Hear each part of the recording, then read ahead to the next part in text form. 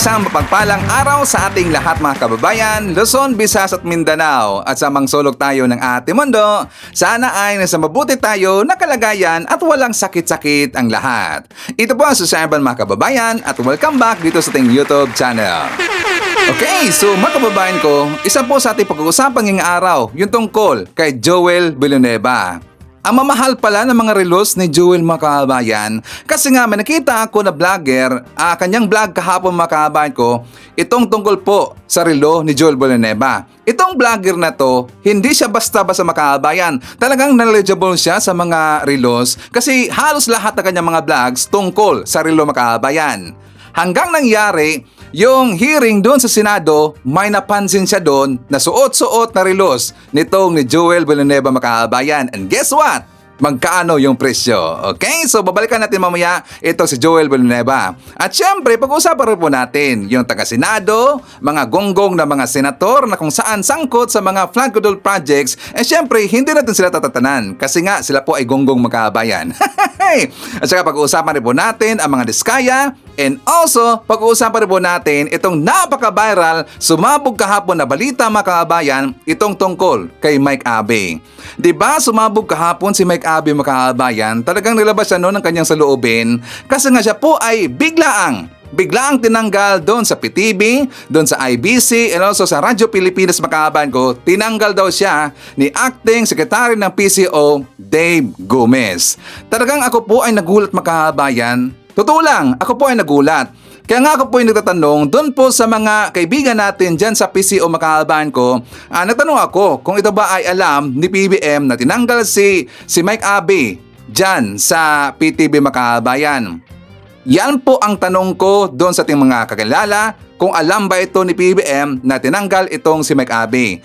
Kasi nga alam natin, malaking tulong po at malaki talaga ang naiambag itong si Mike Abe dito kay PBM at saka sa gobyerno natin mga kababayan. Kasi nga 'di ba, hindi ba ho pangulo si PBM, malaki talaga ang tulong ni Mike Abe. Tinulungan niya at saka marami mo siya mga naisiwalat na mga kalokohan doon sa kabila mga kababayan.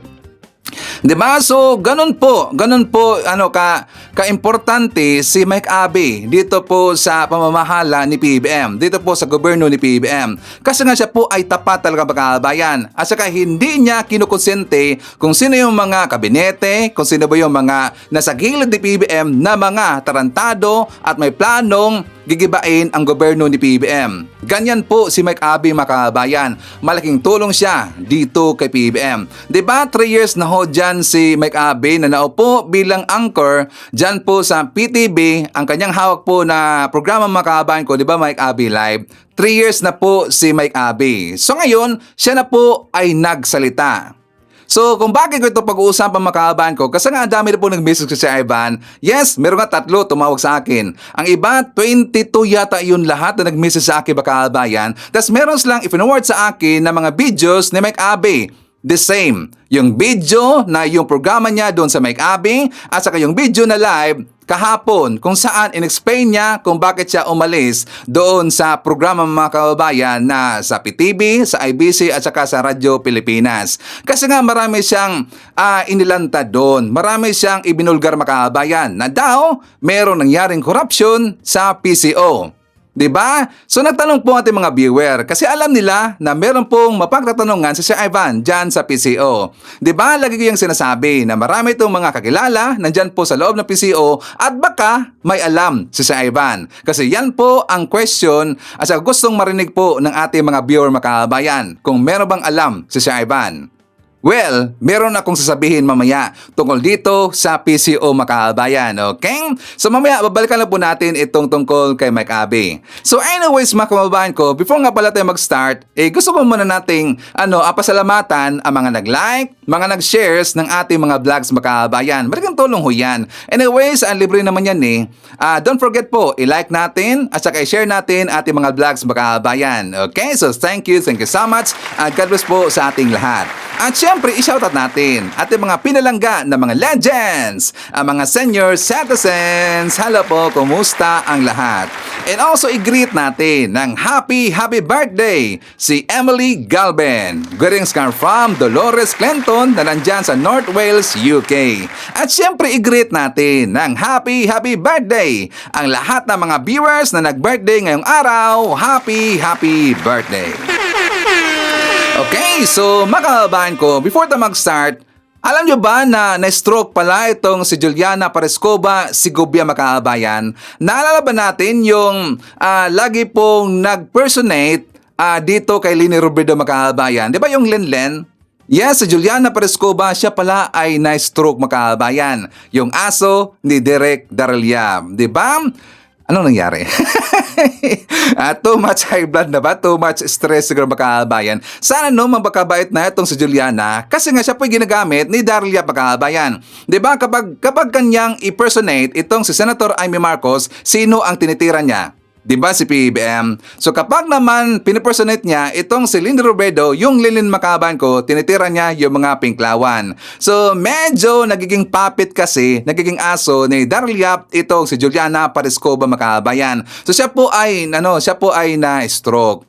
So kahit magkaiba po ang ating paniniwala dito kay Juliana Parescoba, makaabayan, ipag-pray natin na siya po ay makarecover at sana siya po ay gagaling na po sa kanyang sakit kung anong meron siyang sakit ngayon, makaabayan. Okay? So, kay Juliana Parescoba Segovia, get well soon. Okay? So, wag nang pasaway. Pitikin ka na siya, Ivan. Okay? So, ayun, makaabayan ko. Before tayo papunta doon sa issue ng mga diskaya and also dito rin po kay Mike Abe, makaabayan ko. Well, dito muna tayo sa relos. Sa relos ni Joel Villanueva, makaabayan. Kasi nga mamahal pala. Kasi nga meron pong nakabantay na ang kanyang enthusiast, makaabayan, ang kanyang hilig talaga is about po sa relos. So before ko ipapakita sa inyo ang kanyang vlogs, makaabayan ko, tinignan ko muna kanyang mga vlogs tungkol doon sa mga sikat-sikat po na mga relos, doon po sa mga mamahalin talaga. Milyones po yung halaga ng relos, makaabayan. Talaga po siya ay knowledgeable. Alam na alam niya. At saka alam na alam rin po niya yung mga alternatibo na mga relos na hindi ganun kamahal pero the same po kung titingnan, makaabayan, or parang kahalintulan na po doon sa mamahalin na kapag susutin mo yan, well, siyempre, talagang ikaw po ay proud. Okay? So, doon po sa mga event ni Joel Villanueva, una niya kasi daw nakita, makaabayan, yung nag-viral na siya po ay naging famous best actor, itong si Joel Villanueva, na kung saan nagdrama, makaabayan, na parang walang bahid ng kalokohan, walang bahid na katarantaduhan, nagmamalinis, makaabayan. Doon una nakita nitong vlogger na ito si Joel Villanueva at kanyang nireaksyonan, makaabayan. At kung magkaano ang mga sinuot na relos nito ni Joel Villanueva, nakakalula talaga, makaabayan. So ito po ang kanyang vlogs. For more details, let's watch this. Sa video na to, titingin po tayo ng 6 sa mga relo na isinusuot ni Senator Joel Villanueva. At ginagawa ko po ang video na ito dahil ako po ay naantig sa kanyang napaka-emotional na speech noong 2024 na kumakalat po sa social media these days. Bago po tayo magsimula, lilinawin ko lamang na 6 lang ang titingnan natin na relo na isinusuot ng senador sa video na ito at maaaring may iba pa po siyang relo. Ito pong relo na ito ay suot ni Senator Joel Villanueva habang nililitis po nila yung mga contractor sa flood control projects ng DPWH. At makikita nyo po yung relo na ito, ang standout feature niyan talagang yung white na strap, the white case, and then pag tiningnan nyo po yung dial, parang medyo complicated yung look niya. And then bukod po dyan, parang medyo malaki po yung size ng case sa wrist ng senador, no? So dahil sa mga katangian na yan, tingin ko this is an IWC, the Pilot's Watch Chronograph, the Top Gun edition, specifically the Lake Tahoe, no? So ang relo po na ito ay may sukat na 44mm, and nabanggit ko na in the past, IWC is really well known for their pilot's watches or their fliegers. At marami po akong nakikita mga public official at mga artista na ang preference po nila ay IWC. And I guess ako personally gusto ko rin po yung mga look ng IWC, but I prefer the Mark 20, no? Ngayon, ang relo po na ito, ang SRP niya ay 709,000 pesos. But if you look sa secondary market, makakita kayo ng mga prices na medyo creeping up to 700,000 pesos. At dahil po dyan, kung hindi naman sobrang layo ng price, I do recommend buying from the store, no? Dito naman po, going from one chronograph to possibly another chronograph, ang kailangan po nating tingnan dito sa relo ni Senator would be the pushers on the side. Makita nyo po yun sa left side ng image na ito. Bukod po dyan, yung main color nung dial, which is color black. Yung sub-dials niya, mapapansin nyo, kulay itim din, pero parang may outline na silvery ang dating. Yung kulay nung bezel, pati yung shine ng bezel, pati yung style ng bracelet. At dahil sa mga katangian na yan, tingin ko ang relo po na ito ay isang Rolex Daytona, reference 126500LN. So I think the Daytona needs no further introduction. Again, possibly the most recurring watch on this channel. And I think in recent times, napapadalas po yung Congo colorway, no, which is this colorway that we're talking about. Ang relo po na ito, napakasikat, no? So hindi ko na kailangan yan i-explain masyado. Ang SRP po nito, halos 920,000 pesos, pero on the secondary market, it goes for almost twice that. May mga seller po na nagbebenta up to 1.8 million pesos. So, dito naman po sa image po na ito, ang kailangan nating tingnan sa relo ni Senator Joel Villanueva, yung hugis ng case, pati kung paano ito dumidikit doon sa bracelet niya. So, integrated bracelet style yan. Yung hugis po ng bezel, which is parang octagonal po, no, pag tinignan natin. And then the color of the dial. At dahil sa mga katangian na yan, think of this is an Audemars Piguet Royal Oak, the 15510 ST. So, ang relo po na ito is a revered watch, no? Na-mention ko na in previous videos, but the Royal Oak has such rich history. Hindi yan lumang design. Medyo recent siya, no, compared to the overall timeline of watches. No pun intended. Kasi nung 1970s siya inintroduce. But as I mentioned in prior videos, no, I think it helped save the Swiss watchmaking industry. And this brand is part of the holy trinity of Swiss watchmakers alongside Vacheron Constantin and Patek Philippe. Although I would say, no, sa tatlo po na yan, probably yung Audemars Piguet po yung nasa gitna. Ang pinaka-desirable yung Patek Philippe. Pero talking about this watch specifically, I see it sell on the secondary market for up to 2.3 million pesos. So, medyo hard-hitting na po ang relo na ito ni Senator Joel Villanueva. But I really like that about this collection. Napaka-varied po, no, ng taste niya. Yung kasunod po, no, na relo ni Senator Joel Villanueva, ang kailangan po nating tingnan dyan yung case shape niya na parang TV-shaped. Tapos yung bracelet niya kung paano kumakabit sa case. So, integrated bracelet style. And then the color of the dial as well as the likely shape of the indices. At dahil sa mga katangian na yan, tingin ko din sa Patek Philippe Nautilus 5711/1A. So, ang relo po na ito has already been discontinued. Pero na-update na siya. Kasi ang 5711/1A po, no, comes in full steel, both the case and the bracelet, pero na-update na yan to the 5811 kung hindi po ako nagkakamali, wherein full white gold na ang case and bracelet. So, ang relo po na ito measures 40mm across, and I think the Nautilus needs no introduction, similar to the Daytona. Marami pong mga sikat na personalidad na nagsusuot nito.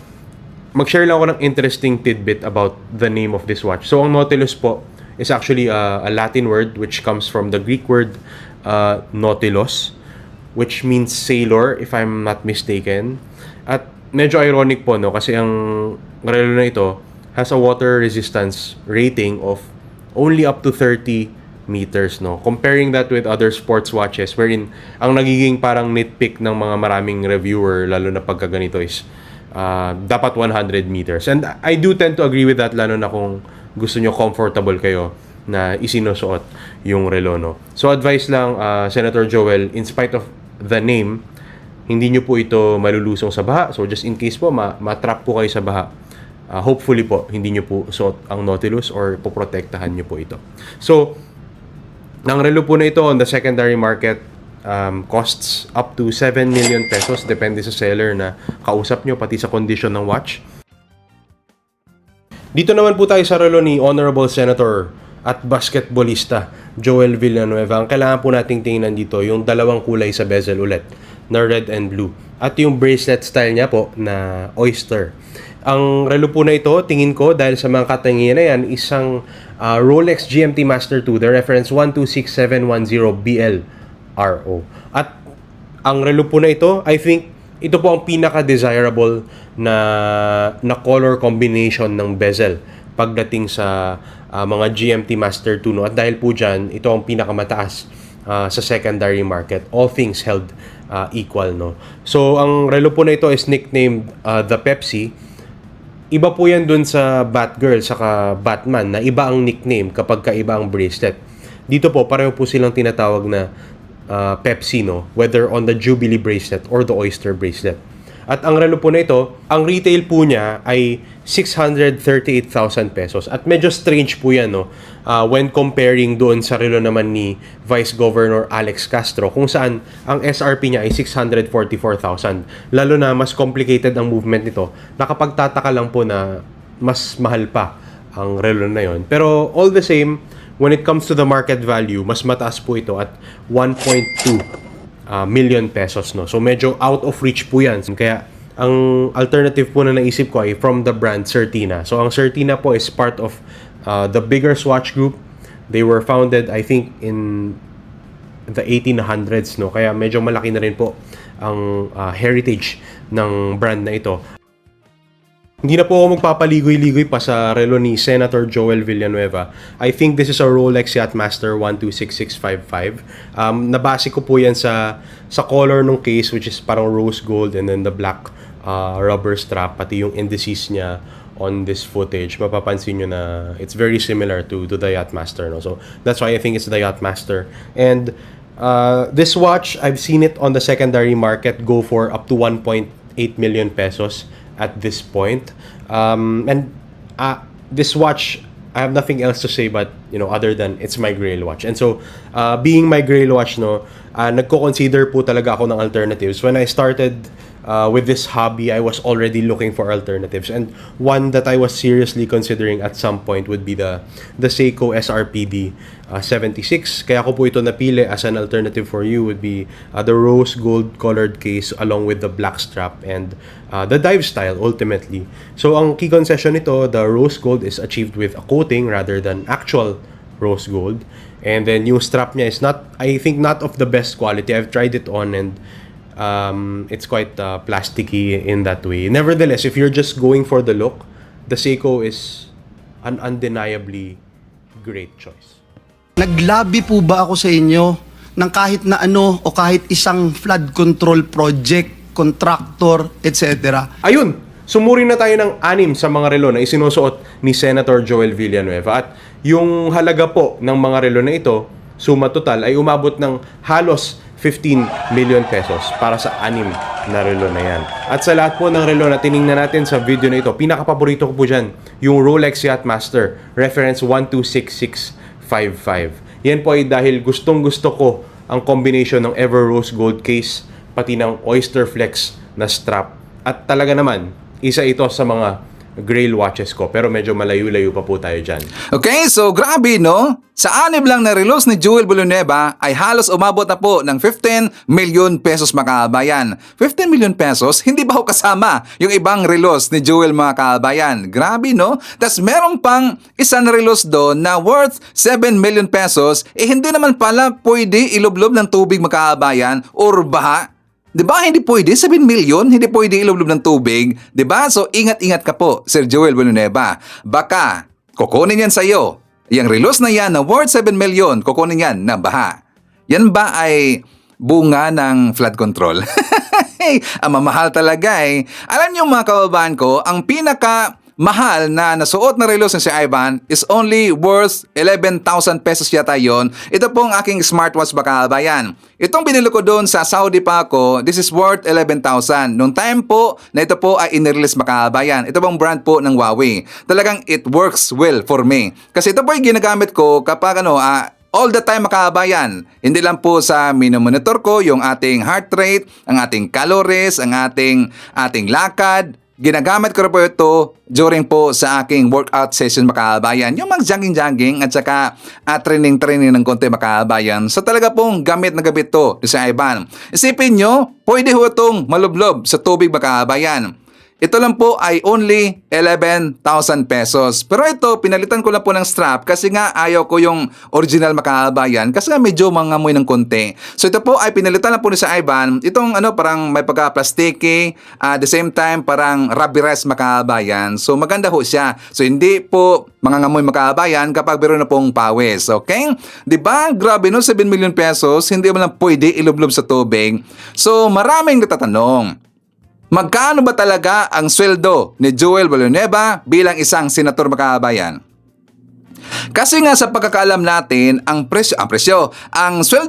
sweldo ng isang senator or yung pati rin po yung mga congressman makabayan is only, nandito po yung range, 293,000 to 334,000 pesos makabayan. Yan lang po ang range ng sweldo ng isang senator at saka congressman makabayan. 293,000 pesos to 334,000 pesos. Pero, yung relos ni Joel Villanueva, di ba ang mahal talaga? Ang pinakamura na nabanggit doon ng isang vlogger mga kaaban ko is only 700,000 pesos na relos. Yun lang po ang pinakamura doon. Diba? Saan ba galing yung pera ni Joel Villanueva makabayan? Kasi kung isipin nyo kung ganito po yung sweldo ni Joel, like for example, yung maximum makabayan, 334,000, wala ba siyang babayaring mga bills sa kanilang bahay? Like for example, doon rin po sa kanyang sasakyan, sa kanilang pagkain, di ba? Sa kanilang daily po na needs na pagkain makabayan. And also, doon po sa kanilang tuition ng kanyang mga anak, kung meron pa siyang anak na nag-aaral makabayan ko, di ba? Wala ba siyang ibang mga pagagastuhan? Di ba? So, parang hindi talaga nag-coincide eh. Kaya nga tayo po nagtatanong, saan ba galing ang pera ni Joel Villanueva? Galing ba yan sa flood control projects?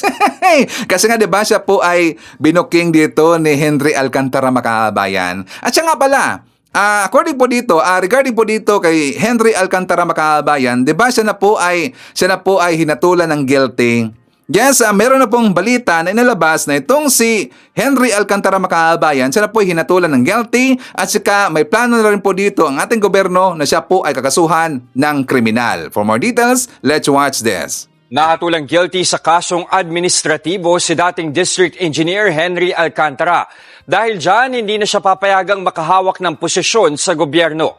Ilang araw nang maugong ang pangalan ni Henry Alcantara. Siya ang first district engineer ng Bulacan na sinibak dahil sa pagkakasangkot sa ghost flood control projects na madalas bahain. Ngayon naman nahatulan siyang guilty sa kasong administratibo. Sa desisyon ni Public Works and Highway Secretary Vince Dizon kahapon, napatunayang may sala si engineer gaya ng disloyalty to the Republic of the Philippines and to the Filipino people, grave misconduct, gross neglect in the performance of duty, at conduct prejudicial to the best interest of the service. Nag-ugat ang reklamo kay dating DPWH Secretary Manuel Bonoan dahil sa desisyon hindi na rin papayagang humawak ng anumang posisyon sa gobyerno ang dating district engineer. Inirekomenda rin ng DPWH ang paghahain ng reklamong kriminal laban kay Alcantara. Una nang inamin ni Alcantara sa mga pagdinig na nakapag-issue siya ng Certificate of Completion sa mga nabisong ghost project ni Pangulong Bongbong Marcos. Sinabi pa noon ni Alcantara na bumase lang siya sa inspeksyon ng kanyang team. Bago si Bakin, na-promote pa si Alcantara bilang officer in charge sa Office of the Assistant Regional Director sa DPWH Region 4. Inamin na rin niya noon sa Senado na nagkakasino siya kahit na bawal ito sa mga kawani ng gobyerno. Sa ngayon, kasama si Alcantara sa mga may lookout bulletin order mula sa Bureau of Immigration para ma-monitor kung lalabas siya ng bansa. Okay, so yan po ang maganda kasi meron na pong nasampulan makabayan. At sana hindi lang dito hanggang kay Henry Alcantara kasi alam natin meron pong mga sangkot na mga senators. Meron pong sangkot sa mga kalokohan sa flood control projects issue itong mga congressman makabayan. Yes, meron rin po. Hindi lang mga senators, meron pong mga congressman makabayan. So yan po maganda kasi naumpisa na mga kababayan. Meron nang nasampulan si PBM. Kaya nga nagpanic mode na ngayon yung ibang mga official dyan sa DPWH makabayan kasi ang daming gunggong talaga eh. Kawawa ho ang mamayang Pilipino. Kawawa ho ang pera natin na tayo po ay araw-araw nagtatrabaho para lang merong ipang tostos dito sa mga luho na mga district engineers, ng mga official dyan sa DPWH, and also sa mga iilang mga mambabatas pa kabayan. So dapat meron pong ibang sasampulan dito. Okay? So anyways, ipapakita ko rin po sa inyo. Kasi nga si Senator Tito Soto, mga kabayan ko, may nabsibrahan kasi siya. During doon, sa hearing doon sa Senado, yung hinawakan po ni Marcoleta, makabayan, na even though, nandun yung mga campaign donors ng mga senator, like for example, yung si Lubiano, makabayan, di ba si Lubiano, siya po ay nabigay ng 30 million pesos na campaign donor doon kay Chis Escudero. Meron pong iba doon ng mga kontraktor, nabigay rin po ng campaign donors doon sa ibang mga senator, makabayan. Pero hindi sila natanong tungkol doon during sa hearing ni Marcoleta, makabayan. So ang plano ngayon, ang plano ni Senator Tito Soto, kanya na pong tatanungin mismo sa next na hearing, makabayan. Walang takas sa investigasyon na ang ilang senador na umano'y may koneksyon sa flood control contractors. Partikular dito ang mga tumanggap umano ng campaign donations. Narito ang agenda report ni Hannah T. Sureball na tatalakayin ng Senado ang koneksyon ng ilang senador sa contractors ng flood control projects. Yan ang pagtitiyak ni Senate Minority Leader Tito Soto. Sa kabila kasi ng pagiging present ng top 15 FERPs sa nakaraang Blue Ribbon Committee hearing, tila obvious na hindi sila tinanong tungkol sa koneksyon sa mga senador. Assurance ni Soto, posibleng upuan ito ng Senate Committee on Electoral Reforms, lalo na't ilan sa mga kontratista naging campaign donor nila sa eleksyon. Oras na nagtawag ng electoral reforms because based on the bill. Sino ba ngayon? Ando doon ng COMELEC. Hindi maaaring yan doon ng COMELEC. Hindi maaaring may magtanong niyan. Yeah. Pangalawa, pag hindi man nagkaroon, magkakaroon tayo pagdating ng budget ng COMELEC. Base sa partial list ng PCIJ o Philippine Center for Investigative Journalism, 3 senador ang may koneksyon sa mga kontratista.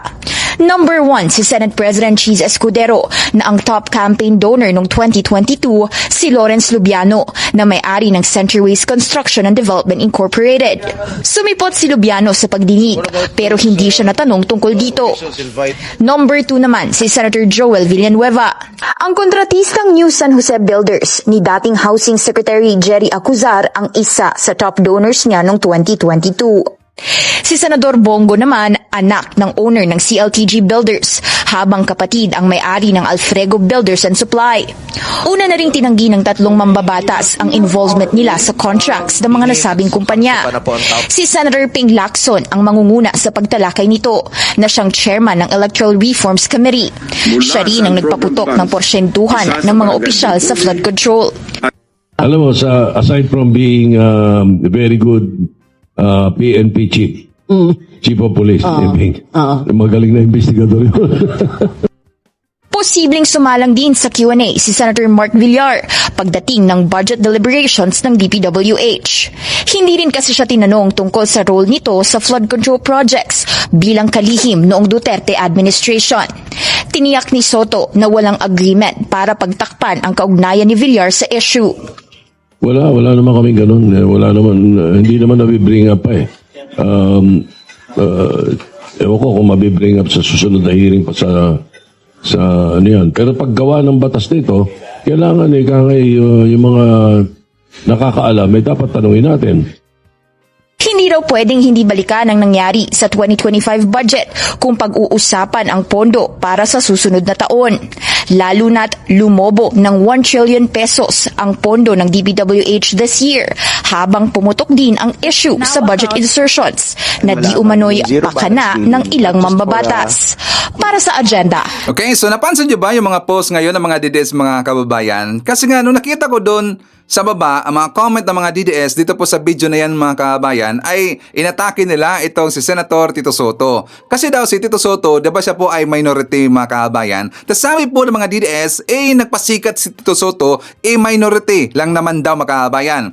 Sabi ng DDS, minority lang naman daw, mga kababayan. Parang merong lang naman daw, mga kababayan, minority. Pero kung titignan natin yung grupo nila ni Tito Soto, 'di ba sila yung minority. Kita natin, 'di ba, talaga pong sila ay walang takot makabayan. Matatapang talaga magtanong eh. Tito Soto ay lalo na. Nandyan po si Senator Ping Lacson makabayan. Nandyan po si Senator Santiveros at saka yung isa, 'di ba makasama pa silang isa mga kabayan na minority. So nandito po sa grupo ng minority yung matatapang talaga na magtanong. At yari ang mga DDS senators dito na katulad po nila ni Chis Escudero, Joel Villanueva at saka itong si Bongo kasi nga nandyan po sa hanay ng minority si Senator Ping Lacson makabayan. Kilalang kilala natin si Ping Lacson na dati pa kanya talaga pong advokasya na sugpuin yung corruption makabayan sa ating gobyerno. Noon pa talaga yan, di ba? Hanggang ngayon, ganun pa rin po. So yan po maganda. Kasi nandyan po si Ping Lacson makabayan. Okay? So before tayo mapapatuloy, syempre i-acknowledge mo natin. I-shoutout natin ating mga viewers na may maraming na-comment dyan sa baba sa ating comment section ang ating pong top 5 commenters. Okay? So, nanguna po sa ating listahan, nandyan si Grace Gruta. Mayroon siyang 22 na mga comments. Nandyan rin si Action Reaction. Mayroon siyang 17 na mga comments. Alicia, mayroon siyang 14 na mga comments. Nandyan rin si Essing Mariano. Mayroon siyang 13 na mga comments. And Meroflor Espirito, mayroon siyang 13. Lahat ng mga comments. Okay? So, thank you so much. At syempre, i-greet natin ating mga soki, mga early birds. Yan ang una sa pag-comment dyan sa baba sa ating comment section. Nandyan ang una si Maricruz Hernandez from North Carolina, USA. Nandyan rin si Remy Nofel, si Risa Force, In Times Rapture, and Luisa Taha from Riyadh, Saudi Arabia. Hi to Roel Artworks. Nandyan rin si Ferdy Santos from Zambales. Shoutout natin si Flaviana Abila from Vancouver, Canada. Vanessa Villanueva, Dolores Clinton, Birds Kabutahi, Noel Narcida, Emmy Mapalad. Kasama rin natin si Teresita Bihasa, Teresita Urbano, Teodolfo Velasco, Linda Lynn from the city of Ilagan. Hi to Edison Sotelo, Neno Peramo, Leticia D, and hi to Ashen. Okay. So mga kababayan ko, pag-uusapan natin itong pamilya Diskaya. Kasi nga 'di ba si Efelisa Marcos, siya po'y dismayado, talaga pong nagalit sa ginawa dito ng Diskaya makabayan. Yes, hindi lang po merong kalokohang ginawa itong pamilya Diskaya, hindi lang po sa flood control projects, meron rin po palang ibang mga proyekto na kung saan ginagawa pa rin itong kataruntaduhan ng pamilya Diskaya makabayan. At dito siya madadali. Kasi nga ang kanyang tinarantado si Efelisa Marcos makabayan. Kilala ho natin si Efelisa, 'di ba?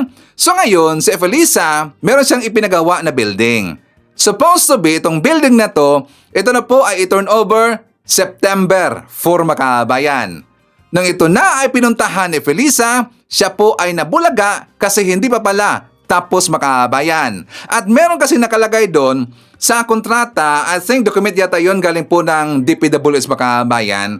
Completed kasi. Meron kasing completed. Pero nang pinuntahan niya mismo doon sa lugar makabayan ng building, ito po ay ang Philippine Film Heritage na building, hindi pa pala tapos makabayan. So nagalit po si Felisa. At dito po, or doon po mismo sa post niya sa Facebook, merong angry emoji. At ang kanyang sinabi dito po sa kanya, doon po sa Twitter makabayan, ang sabi niya doon, "This is so-called newly built Philippine Film Heritage Building, 200 million pesos. Project that was supposed to honor our filmmakers, writers, and artists and serve as the permanent home for Philippine cinema. Instead, what did we get? Leaking roof, cracked walls, unfinished theaters, ceilings already stained with water. All in a building that hasn't even opened. Seriously? Mahiya naman kayo. Pati ito, ninakawan ninyo ng dignidad. Our artists deserve respect. Not this rotten monument of incompetence." At saka ang kontraktor dito makabayan, itong mga Diskaya. So ngayon, babakita ko sa inyo kung ano ang palusot ng pamilya Diskaya makabayan. Dismayado si First Lady Lisa Araneta Marcos sa mga aberya sa estruktura ng Philippine Film Heritage sa Intramuros, Maynila. Kung titingnan mula labas ang Philippine Film Heritage Building sa Intramuros, tila tapos na ang kabuuan ng gusali. Pero kung iisa-isahin ang loob ng istruktura, ilan sa mga bahagi nito ang hindi pa tapos. Ayon kay Palace Press Officer Undersecretary Claire Castro, ang proyekto ay hawak ng Great Pacific Builders and General Contractor Inc. na pagmamayari ng pamilya Diskaya. Nagkakahalaga ito ng halos 108 million pesos. Itong building na to, instead na ngayon dapat ito-turn over dahil ngayon yung supposed to be tapos na, September 4, 2025, makikita natin kung paano ba ito nagawa at bakit nakakadismaya. Ang Cinematheque kung saan sana magpapalabas ng mga pelikula, kinukumpuni pa. Ilan din sa nakitang aberya ang mga tagas umano sa drainage system sa palikuran. Ilang flooring na dapat ay nakatiles, sinimento na lang din at hindi rin natapos ang heat insulation sa ilang bahagi nito. Dagdag pa ni Castro, hindi alinsunod sa quality standards ang elevators, gayon din ang emergency exits. Pati ang alulod sa unahang bahagi ng gusali, hindi maayos ang pagkakalagay, dahilan kaya diretso ang tulo ng tubig sa main entrance nito. Sabi ni Castro, ipinapakita nito na maaaring hindi lang flood control projects ang may aberya. Lumalabas dito, hindi lang mukhang flood control projects ang naaapektuhan. Maraming infrastructure, mga buildings, mga programa ng gobyerno ang mukhang maaapektuhan dito. Kaya tuloy-tuloy ang pag-iimbestiga ng Pangulo dito. Proyekto ang gusali ng DPWH na handog ni First Lady Liza Marcos para sa film industry. Kaya ikinadismaya raw ito ng unang ginang. Nung kinausap niya kami dito, talagang siya mismo ay talagang dismayado. Kasi ang First Lady kasi, pag gusto niya ng trabaho, dapat maayos. Dahil hindi naman ito tinitipid, tama naman yung sa bidding. So, dapat ayusin ang trabaho. Kapag nakipagkontrata ka, huwag ka nang kukuha ng maraming kontrata kung di mo naman kayang tapusin. Hindi pa raw nakikipag-ugnayan sa kanila sa ngayon ang kontraktor. Paiimbestigahan naman daw kung may naganap na sabwatan sa DPWH at sa kontraktor nito. Kasi kung mapapakita talaga natin, ito makikita naman natin kung bakit nagkaganito, kung wala silang valid reason, kung bakit hindi nila ito na i-turn over ng tama at naaayos sa kontrata, pwede sila makasuhan unang-una, civil liability, meron to. Diba? Kung meron makikitang panloloko, hindi maikakaila na pwede sila makasuhan ng estafa. Depensa ng kampo ng Diskaya. Hindi na ang Great Pacific and General Contractor ang gumagawa ngayon sa Cinematheque dahil noong pinarevise daw ito ng pamunuan ng Philippine Film Heritage Building sa ibang kontratista na ito ibinigay. Sa phase 1 pa lang po, na-turnover na po yung cinematic room. Doon po sa implementing agency, okay? Isa rin sa inaalala nila ay kung paano tatapusin ang phase 2 ng gusali, lalo pa at tinanggalan sila ng accreditation ng Philippine Contractors Association Board. O, di ba, palasot makabayan, turn over daw nila sa ibang kontraktor. Pero bakit hindi alam na ang pamilya Marcos Makabayan, kasi mismo si Efelisa ang napagawa ng building na yan. Kung turn over to na ibang kontraktor, dapat ipaalam ito ng pamilya Diskaya doon mismo kay Efelisa Makabayan. Diba? Gunggong talaga napakababaw ang palusot nitong pamilya Diskaya. So itong 9 lahat po ng mga kumpanyang pagmamayari ng pamilya Diskaya Makabayan, nirevoke na po yung mga lisensya. For more details, let's watch this. Pinawi na ng Philippine Contractors Accreditation Board o PCAB ang lisensya ng 9 na construction companies na pagmamayari umano ng contractor na si Sara Diskaya.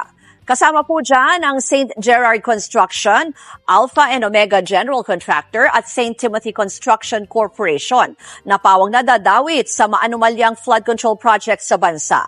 Binawi ng PCAB ang lisensya ng mga yan matapos aminin mismo ni Diskaya sa pagdinig ng Senado noong Lunes na pagmamayari niya ang 9 na kumpanya. Ayon sa PCAB, sabay-sabay umanong lumahok ang mga kumpanya ni Diskaya sa iisang public bidding, bagay na pinagbabawal sa procurement laws ng bansa.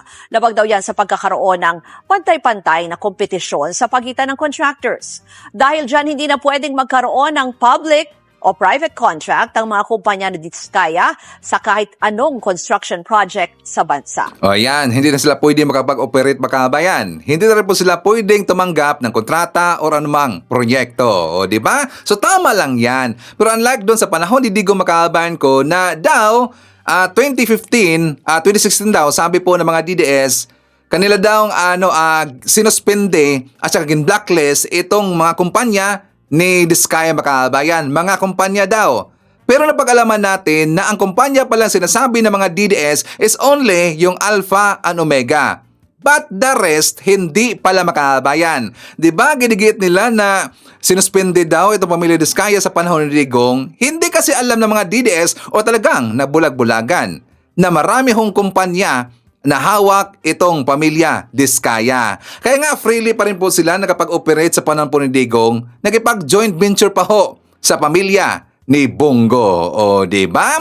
So ngayon, December po na ginawa ito ng mga realista doon po sa building na pagmamayari ng pamilya Diskaya Makabayan. Kasi nga 'di ba sinugod nila, nagrally yung mga meron kasi mga grupo-grupo na nagrally doon sa labas, mismong bahay na pamilya Diskaya Makabayan. For more details, let's watch this. Mahigit sa 100 rallyista ang nagsagawa ng panibagong kilos protesta sa harapan ng gusali ng St. Gerard Construction sa Pasig City para kondinahin ang umano'y koneksyon ng pamilya Diskaya sa maanumalyang flood control project sa bansa. Bit-bit ang mga placards na may katagang kadiri ang korupsyon at ghost projects sa papel, sports cars sa garahe. Walang takot na ipinakita ng iba't ibang grupo ng kabataan kasama ang Akbayan Party List ang kanilang inis at galit sa pamilyang Diskaya na sangkot umano sa maanumalyang flood control projects. Gaya ng ibang militanteng grupo, sigaw nila na dapat managot na ang mag-asawang Diskaya at iba pang mga kontraktor na bumulsa sa mga pondo para sa flood control projects. Hindi rin umano dapat palagpasin ito at singilin ang mga kurapa na ninanakaw ang kinabukasan ng mga kabataan. Kumakalampag sa mga kagaya ni Diskaya na ang kakapal po ng muka na magnakaw ng kaban ng bayan. Alam niyo po, hindi lang kaban ng bayan yung ninanakaw nila, buhay, pangarap at kinabukasan po naming mga kabataan. Pero kung kahapon nagkaroon ng pagbato ng putik sa gate ng St. Gerard at naging agresibo ang ibang grupo, mas naging mahinahon naman ang mga nagprotesta ngayon. Peaceful naman daw po yung rally. Sana po parating ganon sa mga kaibigan nating progresibong grupo na malaya po silang makapagpahayag ng kanilang saloobin tungkol sa spouses Diskaya. Ganun po sana parate, huwag tayong gagamit ng dahas. Malalakas na palo sa drums at sigaw lamang ang pinakawalan nila. May mga miyembro rin na nagtalokbong ng kumot na mistulang multo at may mukha ni Sara Diskaya. Para po sa atin, minumulto na tayo ng mga contractors na ito. Minumulto na tayo ng mga buwis ng taong bayan. Minumulto ang pera ng taong bayan. Minumulto ang kaban at kinabukasan naming mga kabataan. Gusto nilang iparating na hindi dapat masanay ang mga Pilipino sa korupsyon. Tama naman po talaga na dapat magalit at ipakita natin ang galit nating mga kabataan ng ordinaryong mamamayan dahil hindi naman po normal ang ginagawa nila. At kami po sa Youth Against Kurakot, sa Akbayan at sa Akbayan Youth, andito kami kasi naninindigan kami na we don't want to normalize corruption. We don't want to normalize the luxurious lifestyle of public officials. Siniguro naman ng Pasig PNP na magiging maayos ang sitwasyon at nilinaw na ang pag-deploy ng mga kapulisan sa lugar ay para sa kaligtasan ng lahat. We keep on monitoring kasi we expect the worst. So kung may mga ganito na situations, DPNP will always be ready to protect everyone. Muli namang iginiit ng kampo ng Diskaya na hindi naman nagtatago ang mag-asawa. Katunayan, nandito lang umano sila sa Pilipinas. Kahapon nga ay kusa nilang isinuko ang natitira pang luxury cars sa Bureau of Customs para isailalim sa inspeksyon. Those vehicles were cordoned off, marked, and sealed. Nandyan po sa loob. Malinaw po yun, ha? Yung 16 po, na ipinakausap ng ating mabuting commissioner ng customs, no,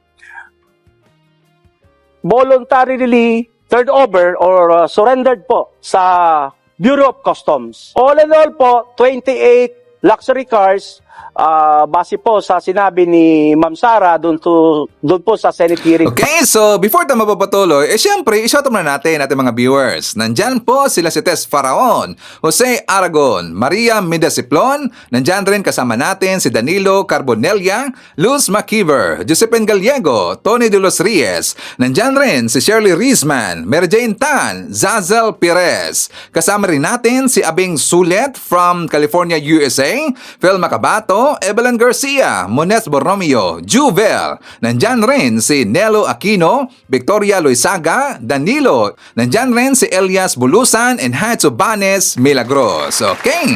So mga kababayan ko, before din pag-uusapan si Mike Abing, well, dito muna tayo siyempre sa good news. Para alam po ng mga DDS kung ano ang mga lakad ng ating presidenteng si PBBM. For more details, let's watch this. Bayan bumisita ngayong araw sa lalawigan ng Bohol si Pangulong Ferdinand R. Marcos Jr. para sa serye ng mga aktibidad.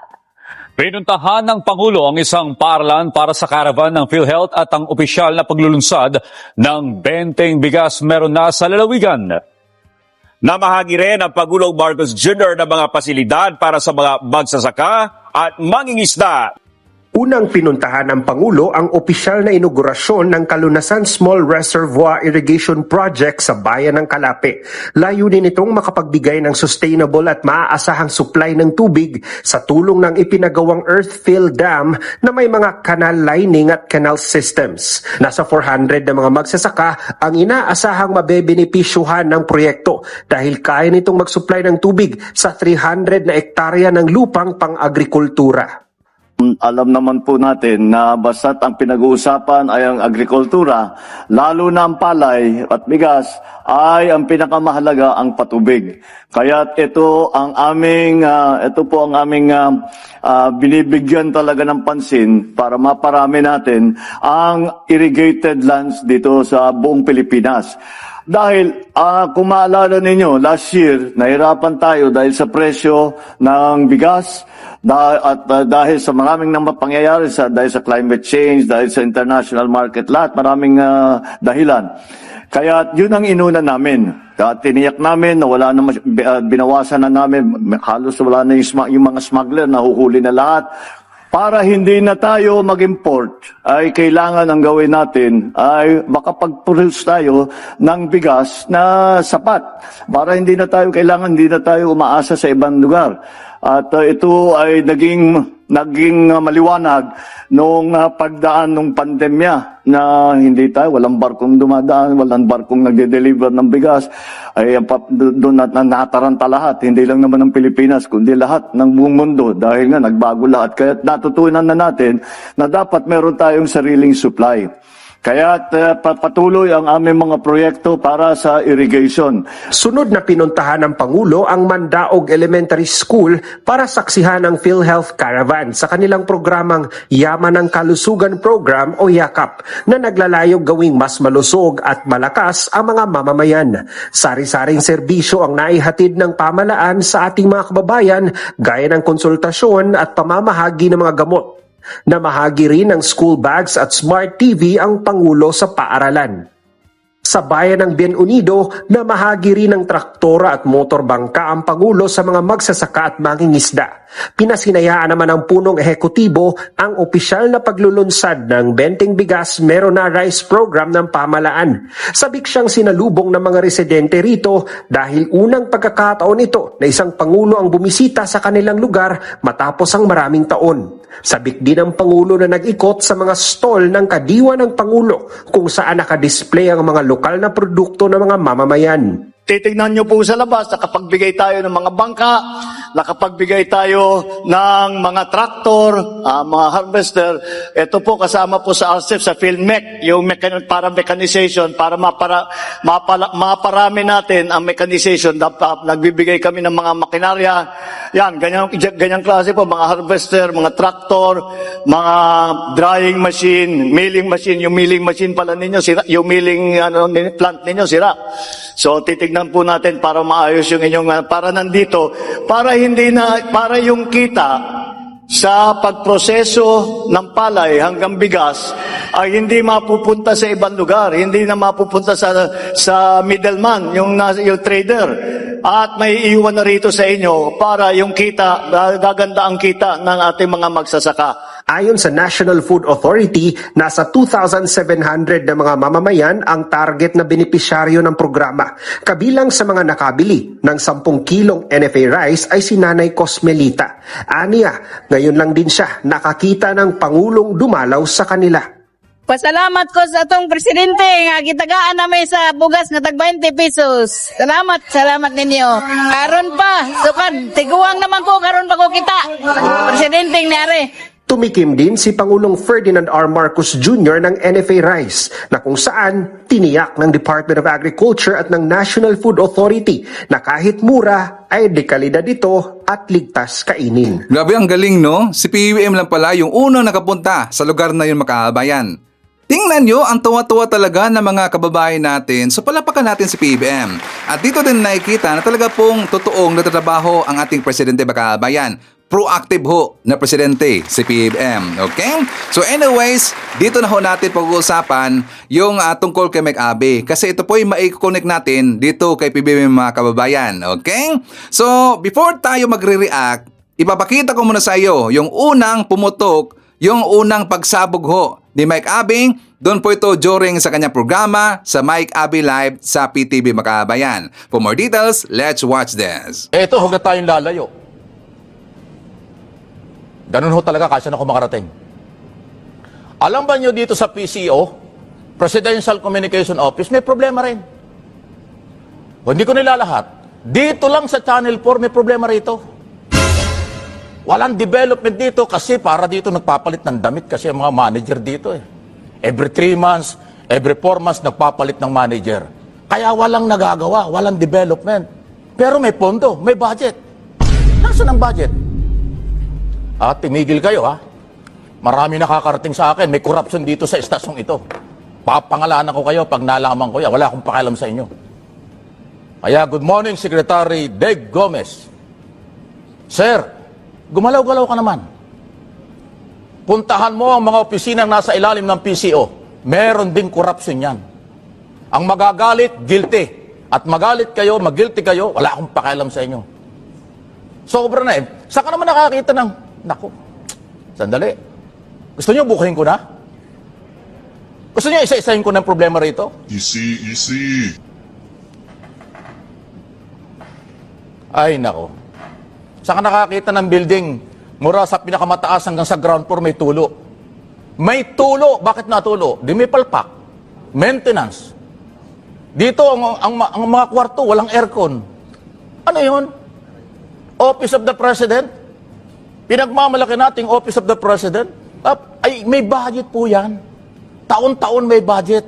Kaya ngayon, may budget po, Secretary Gomez. Sir, tumaharap ka sa pagdinig ng Senado at Kongreso tungkol sa ating budget. Ilaban mo naman ito. Linisin mo ito.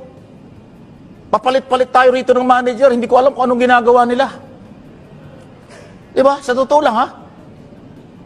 Every 3 months nagpapalit ng manager dito. Magagaling yung mga napili, pero nagsisimula pa lang silibak na. Ano magagawa? Naglagay ka rito ng manager na pangmatagalan, na re-reforma ng problema sa PCO at Office of the President, lalo na sa PTV. Kahit dyan sa Radyo ng Bayan, Radyo Pilipinas, akala nyo, marami rin problema dyan. Sa PIA, Philippine News Agency, lahat ng communication ng PCO, may problema, sir. Ayusin nyo. Hindi lang ang pagpapatunay lang po ito, mga kaibigan, na hindi lang ang DPWS ang may problema sa paggamit ng pera, paghawak ng pera, proposed project at budget every year. Maraming ahensya ng gobyerno ang may ganyang problema. Iisa-isahin ko yan pag dumating ang araw. Inuna ko lang, baka sabihin niya ng mga nakikinig, Mike, binabanatan mo kami, pero yung opisina mo, hindi mo nasisilip. Ayan, inuna ko. May problema kami rito. Baka sabihin nyo, Mike, manalaming ka. Yan ang ginagawa ko. Sasabihin ko kung saan ako nandoon, sasabihin ko kung ano nangyayari, bago ko sabihin ng iba. Para hindi nyo masilip na may pinagtatakpan tayo. Office of the President ito, pero hindi alam ng Pangulo. Maraming problema, sir. Pakiayos lang po. Dahil kaya tuloy-tuloy tayong pagbabayad ng buwis, bilyon-bilyon, trilyon ng budget natin taon-taon, alang walang nangyayari. Nakakahiya tayo, sa totoo lang. Sinulit ko, ang magagalit sa sinasabi ko, guilty. Kung galit kayo sa akin, bahala kayo sa buhay nyo. Okay? Wala, sobra na eh. Ayaw ko ng plastikan, ayaw ko ng budol, ayaw ko na nagsisinungaling. Gusto ko yung totoo. Dito sa Mike Abe Live, totoo. Pag tama, tama. Pag mali, mali. Mayroong korupsyong nangyayari kahit sa opisina ng gobyerno. Kahit dito. Kala nyo, hindi ko alam yan. Ang isang kalukuhan niya rito, tapos na. Kailan ba nag-eleksyon? Nangako sila, nagpapirma ng mga dokumento. May allowance daw mga tao rito. Masasarap ng buhay nung nahalal. Wala pa yung allowance. Nasaan ang pera? Maliwanag kayo. Nasaan ang pera ng mga tao? Pinapirma nyo ng dokumento, may allowance yung mga news anchor dito sa PTV nung last election. O ano nangyari? Ano kailan ba nag-election? Mayo. O, di ba? June, July, August, September, 4 na buwan. Bariyang pera, hindi pa nyo mailabas. Bakit nangako pa kayo kung hindi nyo kayang ibigay? Korupsyon yan habang nadidelay. Ang korupsyon, i-delay mo ang proyekto, i-delay mo ang pag-release ng budget, korupsyon yan. Kahit hindi mo nakawin, part yan ng korupsyon. Kasi dinidelay nyo. Bakit? Nasaan ang pera? Okay, so ibabalik muna natin ating question. Alam ba ni PBBM na tinanggal ni PCO Secretary Dave Gomez itong si Mike Abe? Kasi yan po ang malaking question ngayon mga kabayan. Diba? Alam natin na malaki rin po ang naitulong na iambag sa pagkapanalo ni PBBM nung dumaang eleksyon itong si Mike Abe. Alam rin po natin na malaki rin po ang naitulong ni Mike Abe sa Marcos administration. Kaya nga tayo po ay nagulat at saka nalungkot mga kabayan dito po sa pagkakatanggal ni Mike Abe dyan sa PTV. So alam ba ito ni PBBM? Ngayon, ito po ang aking observation dito po sa mga sinasabi ni Mike Abe during po sa kanyang programa sa Mike Abe Live mga kabayan. I think ang gusto lang po dito ni Mike Abe ay maayos at saka ayusin ang office ng PCO mga kabayan. Kaya nga kinucall out niya si Secretary Dave Gomez kasi siya lang po dito ang makakaresolba sa mga problema at mga issue dyan sa loob ng PCO mga kababayan. Okay? So tungkol naman dun sa sinabi ko na meron akong share sa inyo tungkol dito sa PCO. Ano yan si Ivan? Honestly, ako po ay nalungkot at the same time, dismayado ngayon dito sa PCO mga kababayan. Bakit naman Sir Ivan? Kasi naobserbahan ko po na meron talagang malaking pagbabago sa management ng PCO simula nang naupo ito si Secretary Dave Gomez. Totoo yan, malaki talaga ang pagbabago mga kababayan. Kasi unlike noon, ipinapaalam kasi sa amin ng taga-PCO kung ano yung mga lakad or schedules ng lakad ni PBBM.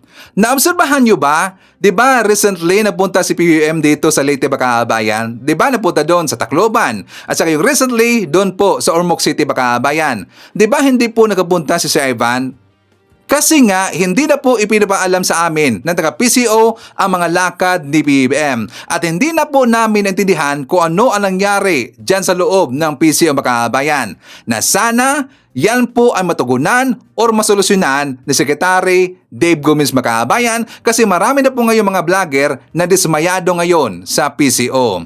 So yan lang po ang panawagan ni Sir Ivan. At tungkol naman sa sinabi ni Mike Abe mga kababayan ko na meron daw mga taga-PCO ang binibigyan dito ng allowance mga kababayan. Well, hindi yan alam ni Sir Ivan. Bakit? Kasi ako po ay witness na wala talagang binibigyan po ng pera na mga vlogger or influencers, kung sino man yan, itong taga-PCO makabayan. Hindi po nabibigay po ng pera ang PCO. Yes, nakakapunta kami, nakasama kami sa mga lakad ni PBBM, pero hindi po kami binibigyan na kahit pangpamasahe man lang, pangkain man lang, pangkape man lang, hindi po kami binigyan ng taga-PCO makabayan. Pero siyempre, hindi naman kami nangihingi. Pero i-clear lang namin yan na wala po kaming na-experience na meron pong binibigyan na pera itong taga-PCO. Ang panawagan na po namin na sana i-will inform kami. Bibigyan pa rin kami ng mga information sa mga lakad ni PBBM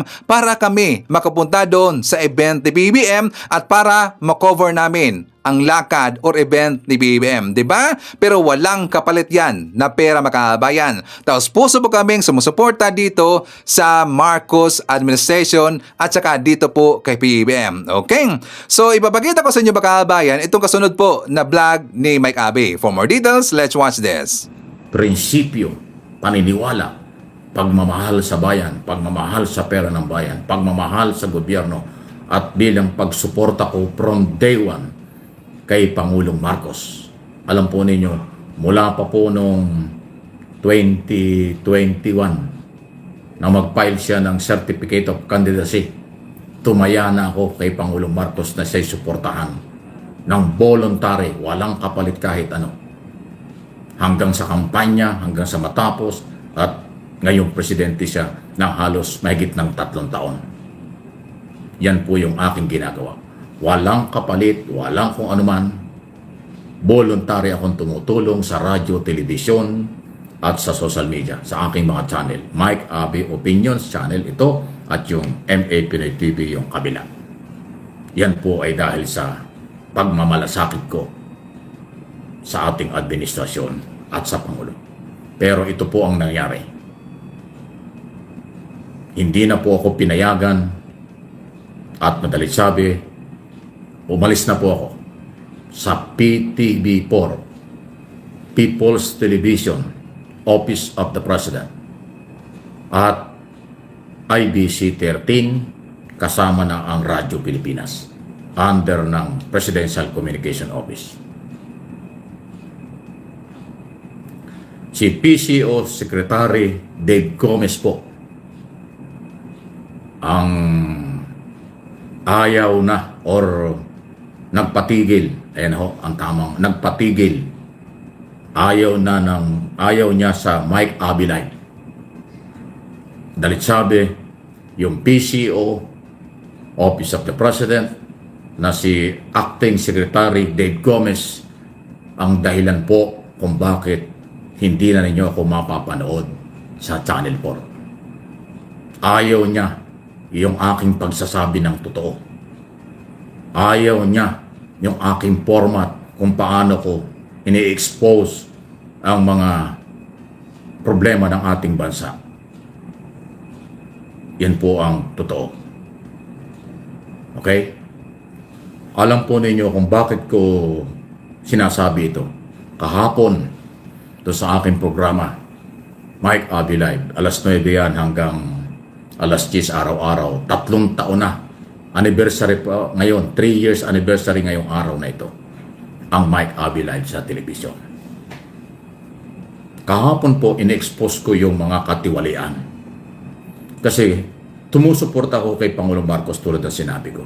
Si Pangulong Marcos mismo, BBM, in-expose niya ang katiwalian sa gobyerno, especially sa Department of Public Works and Highway, Ghost Project, substandard at mga katiwalian. Anti-corruption si Pangulong Marcos. So akin pong sinusundan yan, voluntary. So ang Pangulo nagsalita na, unang-unang Pangulo ng ating bansa na umami na mayroong korupsyon, napakaganda po nun kasi may pagmamahal siya sa bayan. So ako voluntaryong sumusunod dyan dahil yan ang kailangang solusyon. Sabihin natin ang totoo. Ginawa ko po sa PTV at sa Mike Abby Live sa telebisyon na pati sa PCO at Channel 4, PTV4, mayroon ding korupsyon. Kasi ho, talagang kawawa yung istasyon na yan. Tiniis ko lang, nagtiis lang tayo ng ilang panahon, akala ko maayos nila. May mga gunita, in-expose na ho ni Senador Rapi Tulfo yan, na talagang parang hindi istasyon ng telebisyon ng Office of the President. Daming kulang, lalo na ngayon.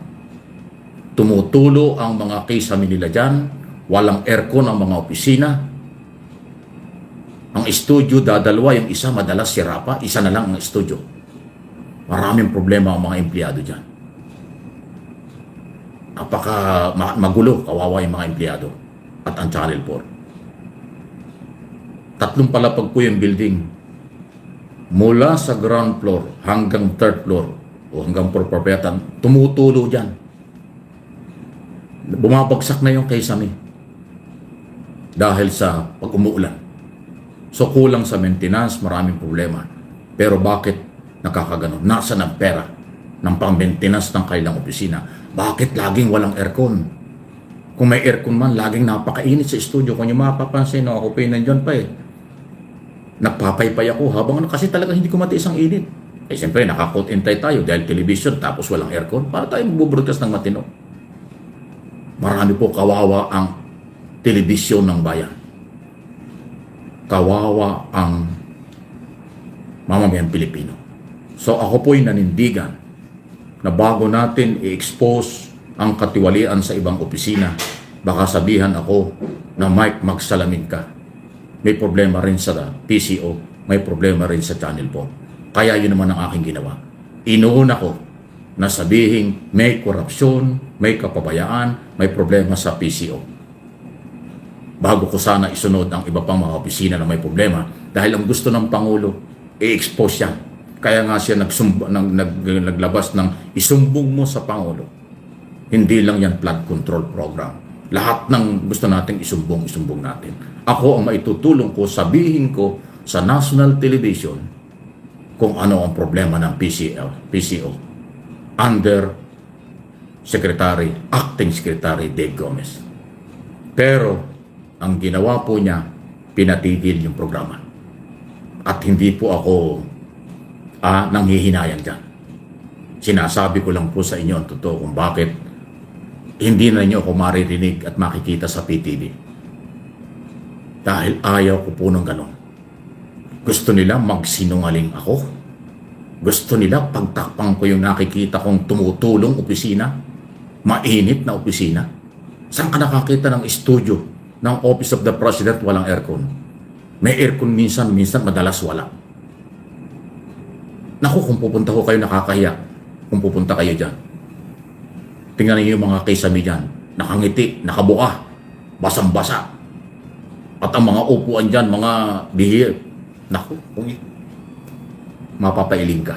Parang hindi istasyon ng Office of the President. So yun ho yung purpose. In-expose ko yung posibleng korupsyon sa PTV kaya hindi naayos ang maintenance ng technical department, hindi naayos ang kabuhayan ng mga tao dyan, hindi naayos ang mismong opisina. Bakit walang aircon, napakarami ho ng problema niyan. Media po yan eh. Di ba? Dapat ang media ay maging halimbawa ng magandang opisina dahil Office of the President. Magandang istasyon dahil nagsasabi ng totoo. Nagsabi lang po ako ng totoo ng napakaraming problema sa Channel 4. Pero ang ginawa po nitong si Secretary Dave Gomez na acting secretary ngayon ng PCO, pinatigil yung aking programa. Yan po ang totoo. Pero ako hindi po ako nanghihinayang. Kasi may prinsipyo ako. Nasabi ko na ho yung problema nila. So, kaya nila ako pinatitigil, gusto nila akong sakalin. Gusto nila akong pagbawalan.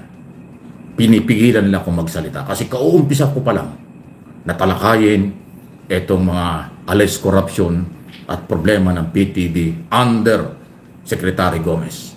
Pero sa halip na ako'y tulungan at ayusin kung anong problema, ang ginawa, ipinatigil ang programa na parang diktador. Higit pa sa diktador.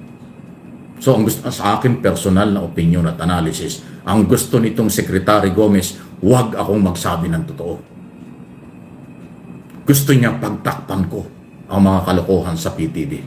Gusto niya pagtakpan ko at maging magbulag-bulagan at magbingi-bingihan ako sa nangyayari sa kanyang opisina kahit bago pa lang siya. Kung inyong nasusubaybayan yung aking paliwanag sa telebisyon nung isang araw, hindi ko sinabing siya ang may problema. Sabi ko lang, ayusin mo. Alam kong bago siya. Pero sa halip na ang tugon ay dapat ayusin yung problema ang aking sinasabi na nasa ilalim ng kanyang opisina, ang ginawa, pinatigil yung programa. So ang ibig sabihin niyang pinatay niya ang malaya kong pamamahayag, ang paghahayag ko ng mga katiwalian sa gobyerno na gusto ng Pangulo dahil ang Pangulo hindi naman ho talaga mamomonitor ang lahat niyan. Yung aking ginagawa ay voluntary para makarating sa Pangulo at makarating sa taong bayan ang nangyayari para sa ganun ay mabigyan ng solusyon. Pero pinatatahimik nila ako dahil nga pinatigil ang programa, ibig sabihin niyan, gusto akong patahimikin. Ay, hindi po pwede yun. Pangangatawanan ko po, mga kaibigan. Paninindigan ko ang aking nakikita, ang aking sinabi. Merong kapabayaan ang PCO management. Hindi lang po yan Channel 4. Puntahan nyo yung mga opisinang under niyan. Philippine News Agency, Philippine Information Agency, Radyo Pilipinas, at yung lahat ng mga istasyon nila dito at sa mga probinsya. Kawawang kalagayan nila kumpara sa mga private station, private company. Pero dapat hindi ganon. Dapat mataas ang standard ng communication ng Office of the President. Kasi nga, Office of the President. Magpunta kayo sa iba't ibang bansa sa mundo na ating ginagalawan, na kontrolado ng gobyerno ang television at radio station. Wala kayong makikitang palpak. Napakalinis ng opisina nila, maganda yung building, air condition 24 hours, at maayos ang communication, maayos din ang sweldo at kita ng mga tao. Maganda ho ang patakaran. Puntahan nyo yung malalaking istasyon ng television at radyo sa buong mundo na kontrolado ng gobyerno, matino. Kasi mukha ng Pangulo, mukha ng gobyerno ang nakasalalay kapag matino ang istasyon ng Office of the President. Dito sa Pilipinas, mga kaibigan, sa 3 taong ko na dyan ho sa PTV, alam pagbabago. Pabulok ng pabulok yung opisina. Kaya nga ito na nga tumutulo. Nung isang araw binaha pa, kaya walang ilaw yung isang studio. Marami po, pati mga empleyado dyan. Alam ba niyo dyan sa Channel 4? May empleyado, 12,000, 15,000 ang sweldo. 15 years, 10 years. Tumanda na dyan sa Channel 4, ganun ang sweldo. Kawawa ang mga tao dyan. Yung mga sasakyan dyan sa Channel 4, hindi na ho pinatatakbo kasi hindi nakarehistro. Wala daw pera. Yung kailangan ng mga make-up artist dyan, na pag-make-up sa mga guest at saka kung ano-ano kailangan, pag humingi ng pera, wala daw silang pera ang gobyerno. Wala daw pera yung management, yung PTV. Lahat ng kailangan, pati upuan, lahat. Isipin na yung, saan ka nakita ng newsroom, opisina, walang aircon, pag umulan, tumutulo.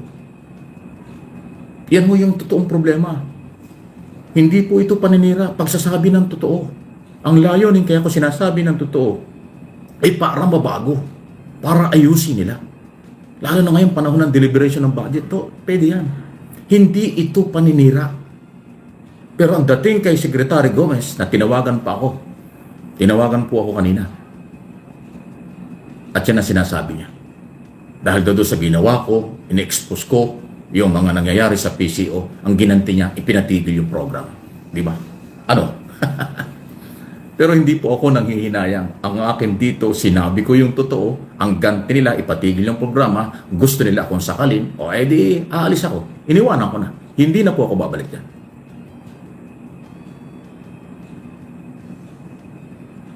Ayaw kong magbulag-bulagan. Ayaw kong magbingi-bingihan. Gusto ko bilang mamamahayag. Ako po ay 38 years nang nasa broadcast industry. Gusto ko'y malayang pamamahayag. Hindi yung tayo pagbabawalan dahil in-expose natin ang katiwalian. Pagbabawalan ang programa ko at ang ginagawa ko dahil gusto kong pagtakpan, hindi ho pwedeng mangyari yun. Yun ho ang naramdaman ko na ako'y kausap sa telepono. Tinawagan ako nito si Gomez. Yun ho ang kanyang ginawa. Binastos pa niya yung guest ko. Meron akong guest. Alam niyo kung sinong guest ko? Dapat si Joseph, Presidential Communication, Undersecretary Claire Castro nandun na sa studio at si General Roy Trinidad. Nandun na yung dalawang matataas na opisyalis ng gobyerno, ng military at ng PCO mismo, Office of the President. Pinigil niya yung programa. Kahit na yung kanyang Joseph, na alam nating napakagaling at masipag na si Joseph Castro ang aking guest at saka si General Trinidad ng Philippine Navy, hindi po pinayagan ni Gomez. Maladiktador itong si Gomez. Dictatorship, leadership ang kanyang ginawa. In-expose ko yung katiwalian sa halip na kanyang suportahan para linisin ang kanyang departamento. Ang ginawa niya, pinagbawalan ako, sinakal ako. Pati yung aking mga guest na tao niya yan. Yosek yan, under niya yan. At saka yung General Trinidad ng Navy, hindi man lang niya pinayagan. Ganyan po ang galaw. Pero, in fairness kay Pangulong Marcos at kay First Lady sa mag-asawa, mabait po yung mag-asawa. Alam kong walang alam si Pangulong Marcos at si First Lady dyan sa ginawa ni Gomez sa pagpapatigil ng Mike Abe Live sa television. So, ako naman, iiwanan ko na yan. Kahit anong mangyari, hindi na ako babalik dyan. Dahil yung pagsupil niya pagpapatigil ng aking programa, sabi niya, temporary lang, kung ano mang gusto niya. Yun na yun. Prinsipyo na ho ang labanan dito. Yung aking pagsasabi ng totoo, ang kapalit ay ipatigil yung programa ko, hindi ko pinagsisisihan. Hindi ko kailanman pagsisisihan ang ginawa kong pag-expose ng katiwalian sa PTV, yung under ng PCO ni Secretary Gomez. Yan po ay totoo. Magpunta kayo doon sa station. Yung mga bata nagpupunta sa studio, ay ibang eskwelahan nagbibisita ko dyan. Nakikita nila yun. Ang kisame, mga nakangiti, babagsak na. Hindi na kulay puti, kulay brown o kaya kulay itim. Anong ibig? Pag ang kisame kulay brown at itim, ibig sabihin yan, lumot o kaya may tubig yan, basaya. Tingnan yung mga kwarto dyan. Yung opisina lang ng general manager ang malamig. Maraming opisina dyan, walang aircon, ilang buwan na. Napakarami pag inisa-isa ko. Nag-uumpisa pa lang ako. Pero dahil nga po, mabubuko na. Kaya pinatigil yung aking program. So kayo na po ang bahala. Wala akong personal na galit, issue lang ito. Pero ito yung inyong tandaan. Hindi ko po iiwan si Pangulong Marcos. Tutulungan ko pa rin siya. Kung ano ang kanyang krusada at programa sa kanyang administrasyon, tutulungan. At yun naman ang dahilan kung bakit ko in-expose ang katiwalian sa PCO. Bilang tulong sa Pangulo, magsumbong sa Pangulo. Ang gagawin kong pagsusumbong ay sa radyo at telebisyon at sa mamamayang Pilipino na may-ari ng pera. Yung pera nila hindi ginagamit. Nasaan ang pera ng taong bayan? Bakit bulok ang PTV? Bakit ganyan may tulo ang PTV? Bakit ang daming problema, pati mga empleyado tumatanda na mga kontraktual sa halagang 15,000 pesos? Paano mabubuhay ang pamilya ng mga yan?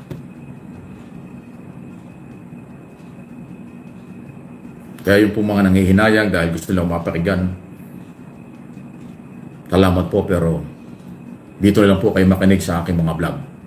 Mananatili po ang Mike Abby Opinions channel at MA Pinoy TV sa Facebook and YouTube channel. Dito hindi po tayo titigil ng pagsuporta kay Pangulong Marcos at pag-expose ng katiwalian sa mga tao ni Pangulong Marcos. Actually, marami pa po. Marami pang departamento ang merong korupsyon. Marami pang opisina ng gobyerno na merong kalokohan. Pero gusto kong tulungan ng Pangulong isumbong sa kanya ang mga nangyayari. Pero tayo po ipinagtakpan. Dapat magpasalamat pa si Gomez dahil sinasabi ko yung problema mula sa kanyang opisina na under niya ng PCO at tuloy-tuloy yan sa ibang mga opisina. Dahil yan ang gusto ng Pangulo at malaman ng taong bayan. Pero pinutol na po niya. So ala diktador ang galaw. Ganon po ang kanilang ginagawa. So ayan po ang ibig sabihin. Kaya mula Monday, ngayon po ay Friday. So mula Monday, hindi na po niyo makikita dyan. Marami nakikiusap doon ng mga empleyado. Marami lahat doon nakikiusap, bumalik ko gano'n. Paano tayo babalik ng ganyan? Hindi ako pwedeng bumalik sa television na yan, government station, para ako ay magtakip ng katotohanan, magsinungaling sa bayan. Hindi ko gagawin yan. Kahit walang pera, kahit anong mangyari, hindi ko kayang gawin pagtakpan ng kanilang kalokohan, ng kanilang kabagalan, ang kanilang korupsyon. Tutulungan ko si Pangulong Marcos i-expose ang katiwalian ng kanyang gobyerno dahil gusto niyang linisin. Kaya nga merong isumbong sa Pangulo sa flood control project. At marami pa ho na pwedeng mangyari. Yan po yan. Hindi ho pera ang pinag-uusapan dito, prinsipyo. Hindi ho ang pinag-uusapan dito ay may kailangan ako, wala akong kailangan sa kanila. From day one naman, voluntary akong tumutulong kay Presidente at sa gobyerno. Pero itong pag-volunteer kong ito, hinaharang ng kanyang tao. Hinaharang nitong si Secretary Gomez. So, para may alam kayo, walang ibang pumigil dun sa programa ko kung hindi ito si Acting Secretary Dave Gomez ng Presidential Communication Office. Okay? So, huwag kayong mag-alala at nakarelax lang po ako. Nagsasabi ng totoo. Masarap ang feeling pag sinabi mo ang totoo. Masarap ang pakiramdam pagka hindi mo pinagtatakpan ang kanilang kalokohan. Okay, so kasama rin po natin, nandyan si Sonia Hasigawa, Men's Niyaka Dolpes, George PSCO, hi to Leonardo Arcival, Elena Cao, Alicia Lick, Melanie Valencia, nandyan rin si Nida Ishihama, Wayne Morales, hi to Rambel, Misay Castelio, Dionisio Calderon Buyet, hi to Sally Abuan Mills, Amparo Carpio San, Jeco Jerry Cabreros, isyatat natin si Nelly Duhay Lungsod, Juliet Sunakawa, Josie Buhay, Enrique Tiruna, nandyan rin si Jo Marie Jusio, Merly Hakuba, Homer Ko, Mel Baluan, and hi to Miggy Boom. Okay, so mga kababayan ko, yan ating manakalap na mga balita ngayong araw. Kung nakaabot ka po sa portion na to, sana nakapag-like na ho tayo. Libre po mag-share, libre din na mag-subscribe. Again, maraming salamat sa mga viewers na hindi nag-skip ng ating mga commercials. Thank you so much. At before natin tatapusin ang ating programa ngayong araw, sana sabayan nyo sa Sir Ivan para sa ating live messaging prayer. Panginoon, salamat po sa panibagong araw na ipinagkaloob ninyo sa akin. Salamat sa buhay, sa lakas at sa pagkakataong muli akong makapagsimula ng may pag-asa at pananampalataya. Naway maging malinaw ang aking isipan at maging bukas ang aking puso sa lahat ng hamon at biyayang darating ngayon. Gabayan ninyo po ako sa bawat hakbang at desisyon ng aking gagawin. Bigyan ninyo ako ng tapang kapag nahihirapan at ng kababaang loob kapag ako'y nagtatagumpay.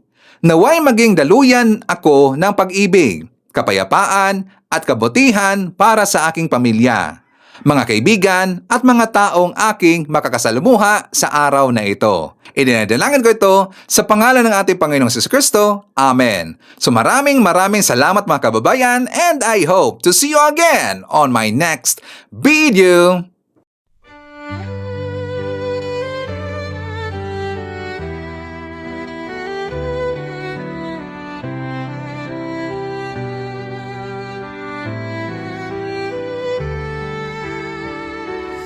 Bawat hakbang, tinik ang iyong daan.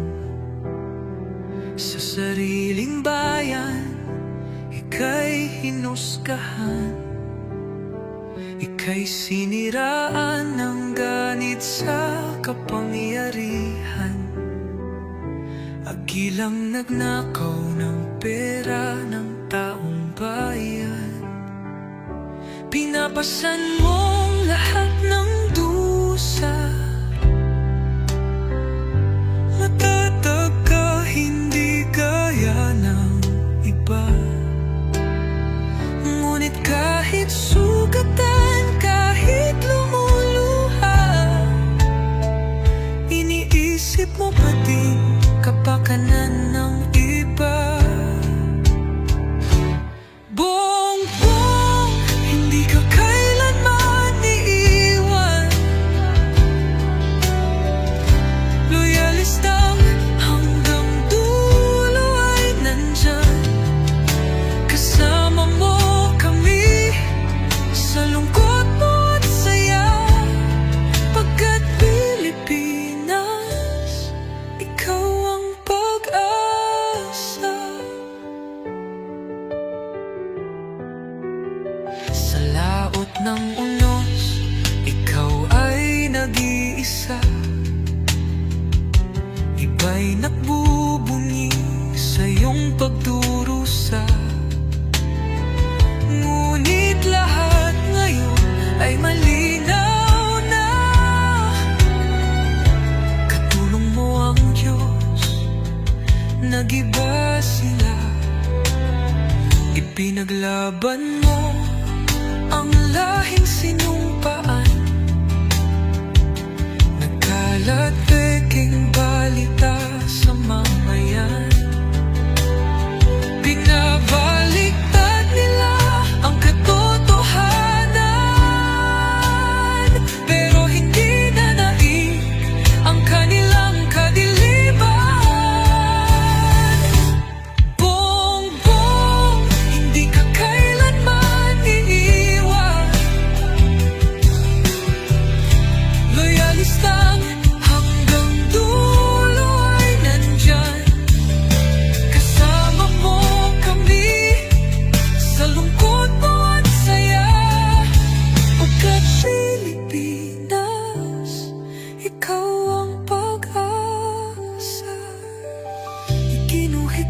kasaysayan ng pangalan mo dalisay.